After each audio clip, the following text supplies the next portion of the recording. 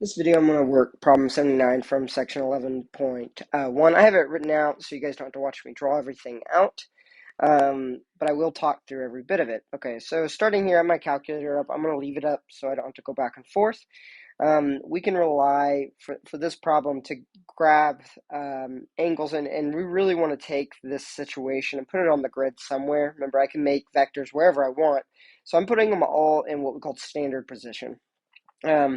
So looking here, I would like to know the angle. So this 30-degree angle, if I take this line here, you can see it in blue, and this line here, you can see that these are parallel lines, and then this has this like famous geometry, high school geometry problem. It's a parallel lines with a transversal, meaning that this angle is 30 degrees, right? This angle and this angle have to be the same.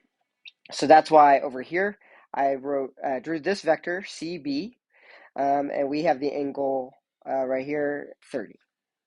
We also, on the other one, we can use the same logic. We have this line running through there, right? I missed, but we can move it. We have that line running through there, which means this has to be a 50-degree angle with that. So I have that 50 degrees right here. All right. That helps me define CA, this vector right here. And I know that angle, I want to keep it in standard, so I want to know what the angle is from the x-axis. That is 130 degrees. And then my last vector will make CD, and we know that's going straight down. Now, for this is a static problem, nothing is moving. Then I know if I add the 3, if I let these vectors, CA, CB, and CD, be the forces being pulled in those directions, that if I add them together, since it's not moving, it's just hanging there, they have to equal out to 0. So we do not know, and they asked us to find this, what is the tension? And remember, tension means how much is it pulling? That'd be the force in this case. So we're going to say that for CA, the magnitude of CA is that tension. So to get this vector, I'll need its magnitude, or how much of it, times, and it's going to be times a direction, right? That's going to grab the making it a vector. This would be just a force measurement, but with a direction, it would be a vector.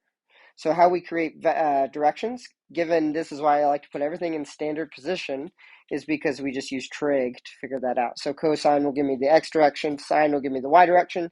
If I were to find the magnitude of this thing right here, that magnitude would be 1. That is a unit vector. That's why we set it up this way. What I just circled, the unit vector has a length of 1, but times this magnitude would make a vector pointing that direction with the length of the magnitude of CA. Okay. So we do the same thing for CB. This is why we set everything up at the top in standard position. That way I could set it up. And then kind of a tricky part here, we don't need to use cosine and sine. We could do an angle all the way around, doing a 3 pi over 2 or 270-degree angle rather. But we could just use our eyes. I know the force being pulled down is 3,000, and I know it's being pulled down 1 unit, right? I want a unit vector. So again, this is a magnitude, right? How much force times a direction, giving us that vector. Right, so adding vectors, and this was the big part of learning vectors throughout this. When I add vectors, I add my x's, right? Let's grab a different color here. My x's will be added together. That's what I did here, right? And then plus 0 equals 0, so I just didn't put plus 0. And then notice I did the same thing here. These 3 will add to get 0, but I moved the 3,000 over to the other side. I didn't state this as I was saying it, but this is assuming that I'm distributing those magnitudes through, right? That's how we got each x and each y. Okay. So now we have the system of equations here. We're right here. I plugged these into my calculator to get values, and that is what I got after I did that. So I wrote all those in.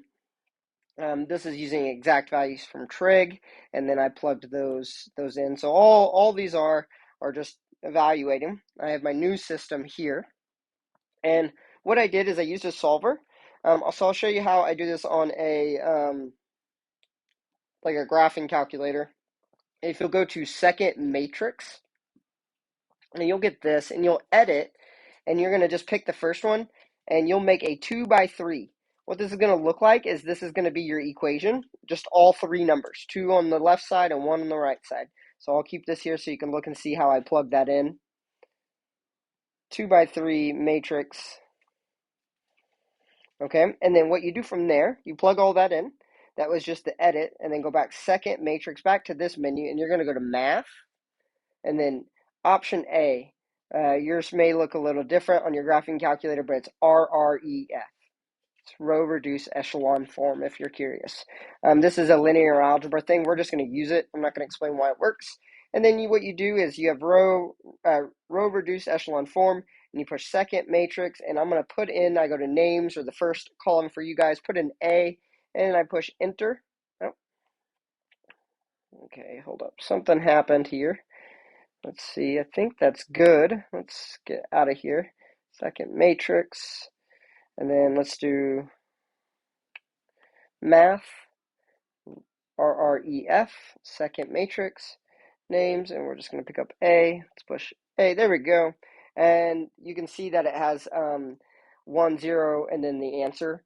That's just X plus 0, Y, or whatever we're using here, CA magnitude.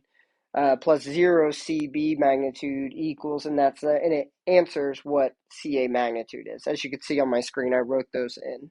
So use a solver if you would like to use. I hope in my notes, I think I did it once where you can just do the algebra behind it. But let's use technology to help us out.